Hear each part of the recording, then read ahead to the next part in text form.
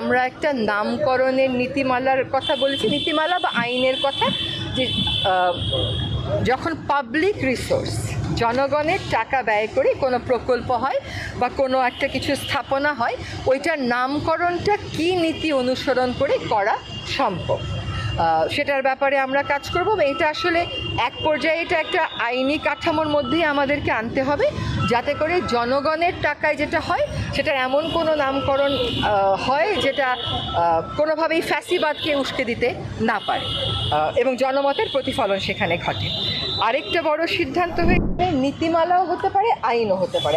আমাদের চিন্তাটা হচ্ছে যে পট পরিবর্তনের সাথে সাথে এইটা নিয়ে একটা বিশৃঙ্খলা সৃষ্টি হয়ে যায়, সেটা যাতে না হয়। পাবলিক রিসোর্স, আপনার আমার টাকা দিয়ে যে প্রকল্পটা হয় সেই প্রকল্পটাতে আপনার আমার ইচ্ছাটাকে প্রতিফলন করে এমন নামকরণ যাতে হয়। এটার ভূতপূর্ব ভূতপূর্বভাবে কার্যকরী হবে কি হবে না, এটা যখন আমরা ওই আইনি কাঠামো করতে বসবো তখন হয়তো এই বিষয়গুলো চিন্তা করবো। বাংলাদেশে আমরা একটা সুশৃঙ্খল বাংলাদেশও চাই। এখানে একটা নর্ম আছে, একটা নীতি আছে যে নির্ধারিত বিষয়ে যখন কোনো আলোচনা হয় সেই নির্ধারিত আলোচনার বিষয়টা ক্যাবিনেট আপনাদেরকে জানিয়ে দেয়। যেহেতু ক্যাবিনেট আপনাদেরকে জানিয়ে দেবে, আপনারা লিখিতই জেনে যাবেন।